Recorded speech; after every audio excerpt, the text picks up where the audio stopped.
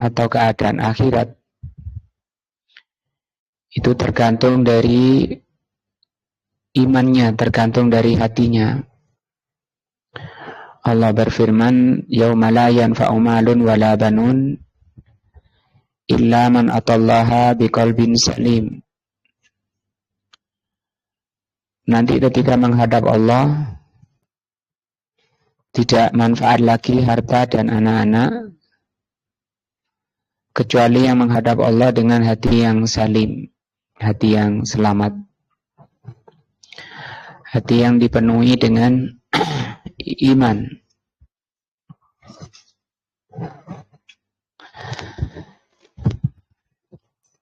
Adapun urusan dunia, secara zahir kita menghukumi secara zahir. Selama mencocoki agama Allah, maka kita menghukumi orang itu baik. Orang itu beramal soleh, orang itu bertakwa. Tetapi ketika bertakwa tanpa didasari iman, maka itu tidak berguna. Kata Rasulullah SAW, ada kalanya manusia itu dari kecil amalannya amalan surga. Tapi menjelang satu jengkal menjelang masuk surga, dia beramal amalan neraka dan dia masuk neraka.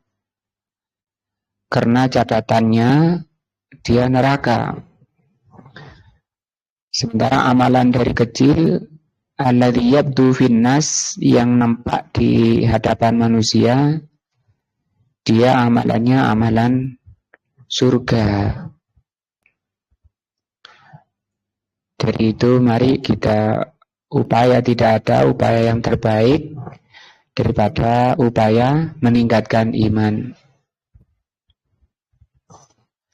Tidak ada nilainya suatu amalan ketakwaan tanpa didasari iman. Bahkan iman ini menjadi sebab baik buruknya, bahagia dan sengsaranya ketika manusia di dunia. Allah berfirman dalam surat An-Nahl, man amila sholihan, barang siapa beramal saleh, ini zahir ya, min dzakarin au unsa, laki-laki maupun perempuan. Nah di sini wa huwa mu'minun, dia dalam keadaan apa? Beriman. Tidak cukup dia amal soleh saja. Amal soleh tanpa didasari iman. Orang munafik itu amalnya soleh, amalannya baik, amalannya muslimin, tapi tidak diterima oleh Allah karena imannya tidak ada, atau amalannya tidak dasarkan pada iman. Maka di sini kata Allah, barang siapa beramal soleh, laki-laki dan atau perempuan, dalam keadaan dia beriman atau amalnya didasarkan pada iman, kata Allah, falanuhyiyannahu hayatan thayyibah, maka dia akan dikaruniakan oleh Allah di dunia itu kehidupan yang baik. Kehidupan yang baik itu dengan amal soleh yang didasarkan pada iman. Walaupun mungkin dari sisi ekonomi dia orang paling miskin, paling fakir, serba kekurangan, itu tidak masalah bagi orang yang beriman dan beramal soleh. Karena kekayaan hakiki itu bukan banyak harta. Kata Rasul sallallahu alaihi wasallam, laisal ghina bikathratil arad. Kaya itu bukan dengan banyaknya harta. Walakinnal ghina ghinan nafas, tapi orang kaya itu yang hakiki itu kaya hati. Isinya adalah apa? Iman. Orang banyak hartanya ya disebut kaya. Nah, tapi itu tidak hakiki. belum tentu membawa pada kebaikan.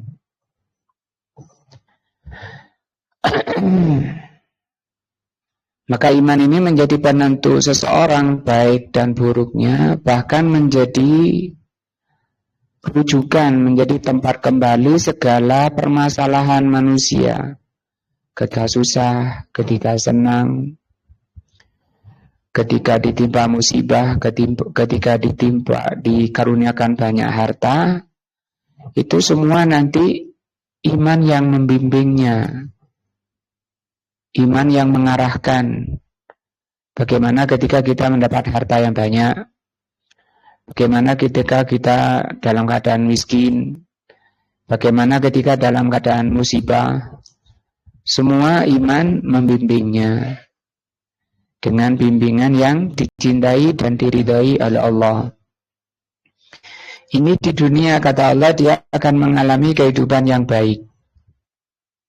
Ini karunia dari Allah. Walanajziyannahum ajrahum, dan nanti pada hari kiamat, ya, di akhirat akan dibalas oleh Allah amalan baiknya yang didasarkan iman tadi, bi ahsani ma kanu ya'malun, dengan balasan yang lebih baik lagi dari amalannya. Dan ini semua kan keinginan setiap manusia. Sejahat-jahatnya orang pun ingin yang namanya kehidupannya baik, ya, tenang. Pencuri sudah menjadi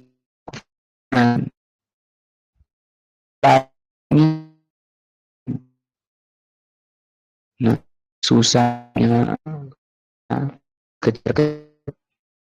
punya utang pilih, mau ingin baik, maka ada caranya kalau dibimbing dengan yang mudah sekali Allah, yaitu beriman. Kemudian iman harus ada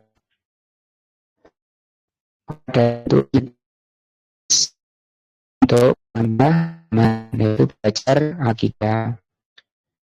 Kembali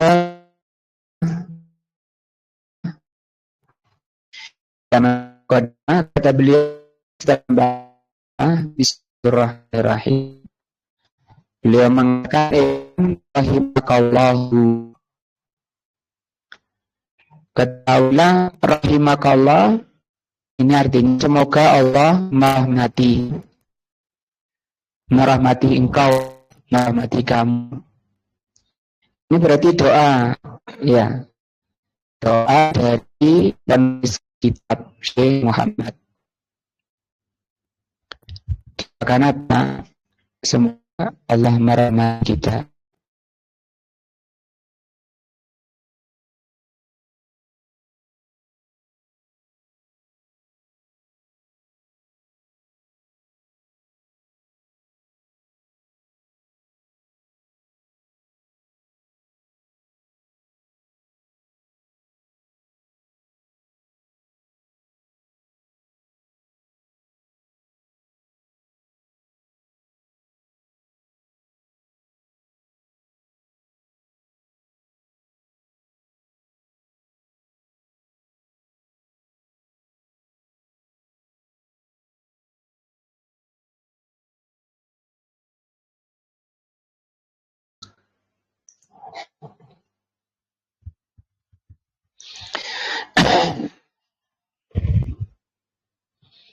Dan sekarang kita dapati banyak muslimin mengaku Islam, tapi kebanyakan muslimin tidak tahu apa kewajibannya pada Islam. Maka yang seperti itu sangat mengkhawatirkan keselamatan dirinya. Tapi kalau orang itu menjalankan kewajibannya, yaitu 4 perkara ini, dijamin dia bisa selamat. Yang pertama dari 4 kewajiban itu, al-ula al-ilmu, yaitu berilmu, mempelajari. Nah, Dan yang kedua, kita lihat dulu. Yang kedua adalah wal amalu. Ini atsaniyatu al amalu bihi. Yang kedua mengamalkan ilmunya. Atsalitsatu yang ketiga ada watu ilaihi berdakwah, mengajak orang pada ilmu, mau belajar dan mau mengamalkan. Dan yang keempat adalah wasabru, bersabar di atas tiga tadi. Bersabar di dalam apa? Arabiyatu wasabru alal adzafi. Sabar di dalam menuntut ilmu, belajar agama, sabar di dalam mengamalkan, dan sabar di dalam berdakwah. Nah,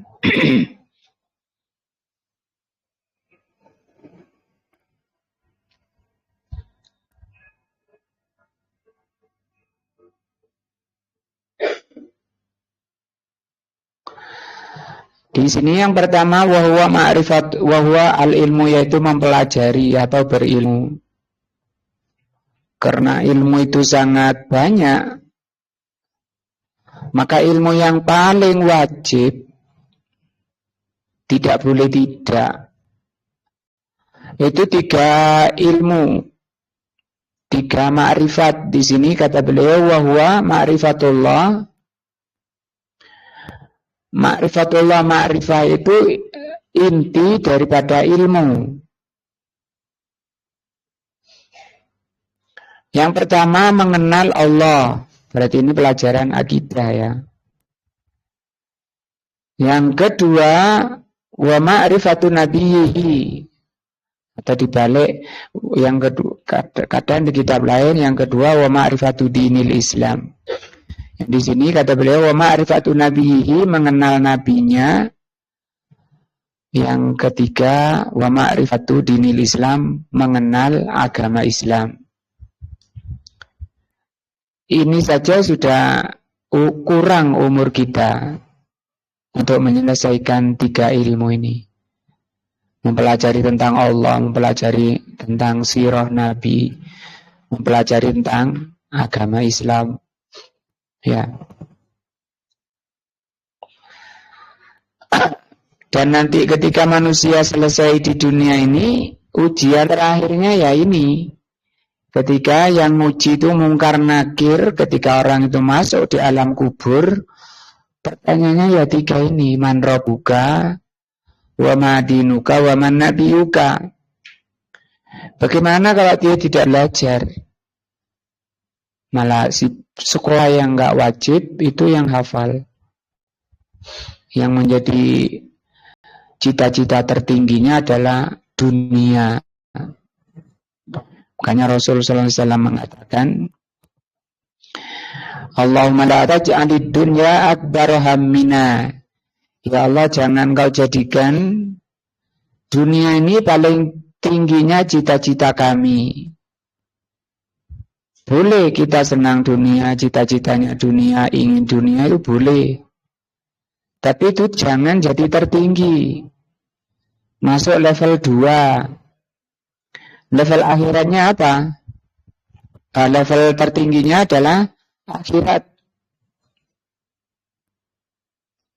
Wala tanalid dunya mablagha ilmina, dan jangan kau jadikan ilmu dunia itu ilmu tertinggi kami.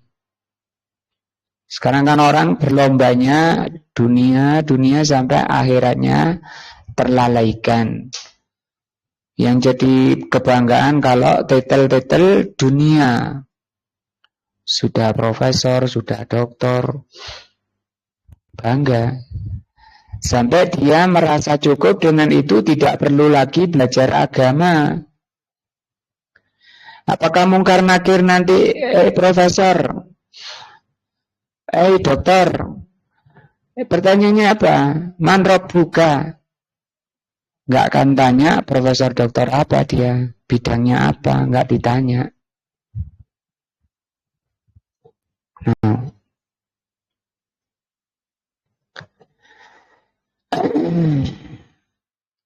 Yang pertama tadi mengenal Allah. Apa mengenal Allah? Kata beliau, ai ma'rifatullah azza wa jal bil qalbi. Mengenal Allah azza wa jal dengan hati. Di mana kita mengenalnya? Di Al-Qur'an itu. Tidak boleh keluar dari Al-Qur'an dan hadis. Di sana Allah Subhanahu wa taala mengenalkan dirinya. Nama-namanya, sifat-sifatnya, perbuatannya. Ma'rifatan tastalzimu qabulu ma syara'ahu. Dengan ilmu yang mengharuskan menerima apa yang Allah syariatkan.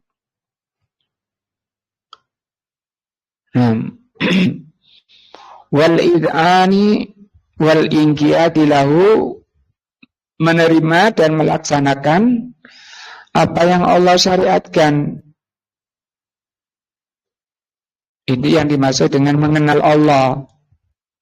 Pengenalan yang menyebabkan atau yang mengantarkan orangnya menerima apa yang Allah perintahkan. Perintah Allah itu berupa apa tadi? Agama, ya, din. Sehingga din itu kalau nggak didasarkan pada Allah, seperti kita salat untuk siapa? Kan harus lillah. Seperti yang diucapkan ketika habis takbiratul ihram itu gimana? Inna salati, terus wa nusuki, terus wa mahyaya wa mamati, terus lillah. Lillah kan untuk Allah. Nah, bahkan di situ disebutkan wa mahyaya, kehidupanku, seluruh hidupku. Artinya ketika roh masih ada pada diri kita, itu untuk Allah. Tidak ada yang tidak untuk Allah. Kan artinya minta bimbingan taufik kepada Allah agar semua nafas, semua hidup itu bernilai ibadah kan. Bahkan wa mamati, hidupku. Hidup itu mulai tidur sampai di alam kubur itu ya mati. Wa tahkimu syariatihi, dan mengharus pengenalan kepada Allah yang mengharuskan orang, mengantarkan orang berhukum mengikuti syariat Allah. Legowo hatinya kepada ajaran Allah, lapang dadanya, senang dadanya kepada ajaran Allah. Itu tanda orang diberi hidayah. Di surat Al-An'am, coba kita lihat ya.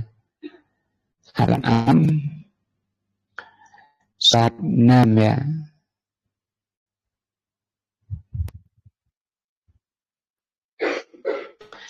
Ayat 125.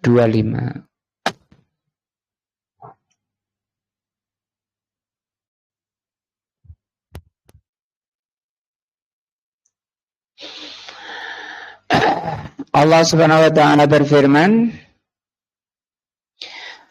"Faman yuridillahu ayyahdiyahu", barang siapa yang oleh Allah dikehendaki untuk diberi hidayah, mudah-mudahan kita termasuk ya.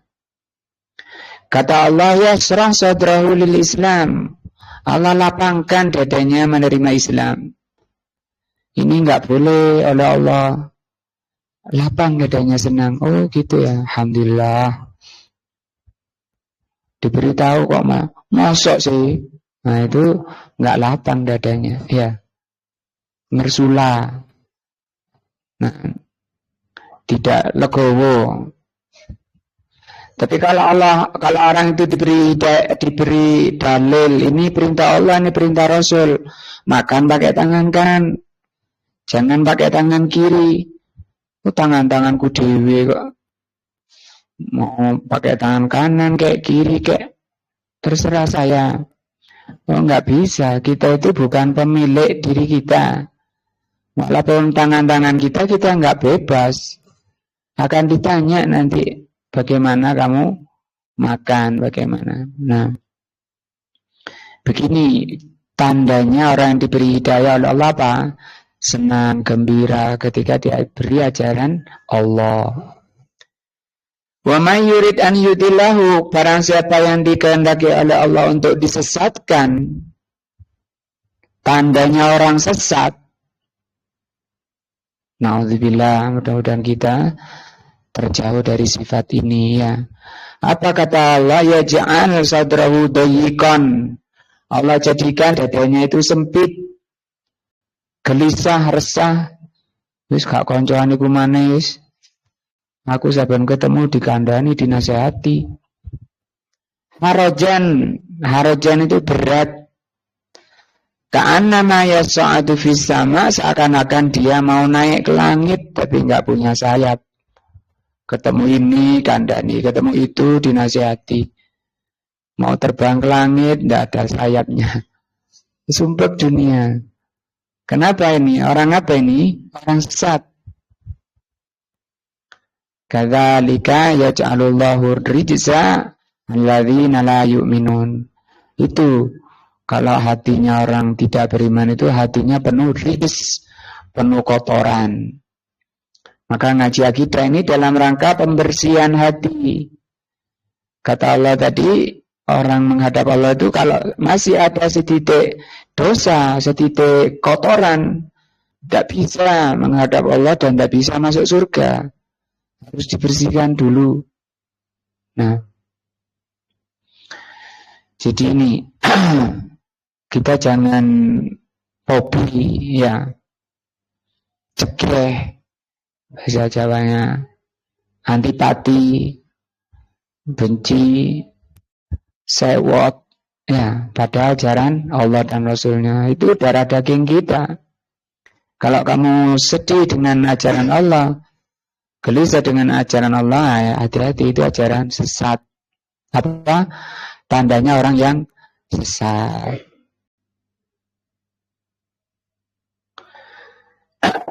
Juga Imam Bukhari pernah menulis, membawakan hadis. Sesungguhnya tempat kalian itu sudah ditulis oleh Allah, surga atau neraka. Kata sahabat, kalau gitu kita nggak usah beramal, Nabi. Oh jangan, tetap beramal. Amma ahlus shaqawah, orang yang binasa, itu akan mudah mengamalkan amalan orang yang sesat. Nah, jadi ini yang dimaksud dengan mengenal Allah itu apa? Tadi apa? Mengenal yang menyebabkan orang itu lapang dadanya menerima hukum Allah, menerima larangan Allah, menerima hukum-hukum Allah. Hukum Allah kan ada larangan, ada perintah, ada halal haram. Alladzi ja'a biha rasuluhu Muhammadun sallallahu alaihi wasallam, yang dibawa oleh Nabi Muhammad sallallahu alaihi wasallam. Nah, wa yata'arraful 'abdu 'ala rabbih. Dari mana seorang hamba mengenal Allah? Kata beliau di sini, bin nadri fil ayati syar'iyyah. Cara mengenal Allah itu dengan mempelajari ayat-ayat syar'i. Ayat syar'i itu fi kitabillahi azza wa jal, di dalam kitab Allah yaitu Al-Quran, wa sunnati rasulihi sallallahu alaihi wasallam. Jadi kita belajar Al-Quran ini dalam rangka mengenal Allah ya.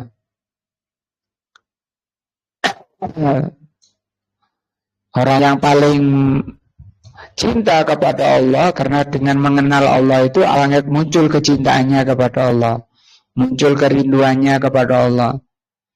Semakin cinta kepada Allah, semakin mengenal Allah, semakin cinta kepada Allah, dan semakin takut kepada Allah azza wa jalla. Semakin semangat untuk beribadah kepada Allah. Kalau ditanya, siapa orang di dunia ini yang paling semangat ibadah dan orang yang paling takut kepada Allah? Orang yang paling mengenal Allah. Wan nadru fi al-ayat fil ayatil kauniyah. Yang kedua dengan memperhatikan ayat-ayat kauniyah, Kauni itu ciptaan. Allati hiya al-mahluqat. Rupa makhluk ini, ciptaan-ciptaan Allah. Itu ayat. Ayat itu artinya tanda Allah. Nah, fa'innal insan, karena manusia kullama nadhara fi tilkal ayati, ketika manusia melihat ayat-ayat ini, ayat apa tadi? Syar'i dan ayat kauni, izdada ilman, akan bertambah ilmunya, bi khaliqihi, akan bertambah ilmunya tentang penciptanya, wa ma'budihi, dan yang diibadahi. Allah berfirman, wa fil ardi, dan tidak di muka bumi ini, ayatun, apa? Merupakan ayat. Nah, kalau di surat Al-Abasa itu sampai Allah katakan falyanzuril insanu ila ta'ami. Hendaknya manusia itu lihat makanannya. Nah, di situ banyak ayat-ayat Allah. Ada lombok, ada tomat, ada jahe, ada laos, ada kunir, ada kencur. Siapa yang bisa membuat walaupun kunir warnanya kok kuning, ke siapa ya? Rasanya kok, laosnya kok pedes, jahenya kok pedes. Lombok merah. Nah, itu enggak sulit bagi Allah, tinggal bilang kun. Nah, menunjukkan betapa Allah itu maha alim, maha qadir. Semua manusia ini tidak bisa, tinggal makan saja. Tiap hari Allah membuat itu tiap hari, makanya ndek Melijo itu kan ada terus. Kenapa kok tiap hari ada? Karena Allah tiap hari bikin, tidak berhenti. Kenapa Allah tiap hari bikin? Karena Allah itu penyayang. Kasihan kalau nanti kekurangan lombok. Walaupun mahal, dibeli. Nah, lil mukinin, bagi orang-orang yang yakin. Wa fi anfusikum, bahkan pada diri kalian. Pada diri kalian itu banyak sekali ayat-ayat Allah. Nah, dari ujung rambut sampai ujung kaki itu ayat. Siapa yang bisa menciptakan rambut? Yang rambut mata gak iso panjang, alis gak panjang, tapi rambut kepala kok panjang. Dan rambut kepala banyak, tebal. Rambut alis kalau setebal rambut kepala gimana? Dan seterusnya banyak sekali. Akan jadi buku tebal kalau dibahas satu persatu. Nah, afala tubsirun, coba ditutup penutup ayatnya. Allah mengatakan afala tubsirun, apakah kamu tidak mendalami? Di sini bukan Allah mengatakan afala ta'lamun, apakah kamu tidak mengetahui? Tidak begitu. Allah mengatakan apakah kamu tidak mendalami? Maksudnya ketika kita melihat diri-diri kita ini, ternyata pada diri kita ini banyak ayat-ayat Allah, kemudian kita bersyukur kepada Allah, kemudian kita mengenal Allah Azza wa Jalla, ternyata hanya Allah yang bisa membuat diri kita, anggota badan kita, tangan kita lengkap dua, ada jarinya. Yang sana saudara kita nggak ada tangannya satu, ada tangannya nggak ada jarinya, ada jarinya nggak bisa bergerak, dan seterusnya. Itu menimbulkan keimanan dan menimbulkan ketundukan kepada Allah. Itu yang diharapkan oleh Allah Azza wa Jalla. Nah, kan ini kan dari kecil memang harus ditanamkan iman seperti ini, penggemblengan iman, pembinaan iman. Itu yang pertama yang dimaksud dengan apa? Ma'rifatullah, mengenal Allah. Mudah-mudahan menambah iman kita dan menambah takwa kita kepada Allah Azza wa Jalla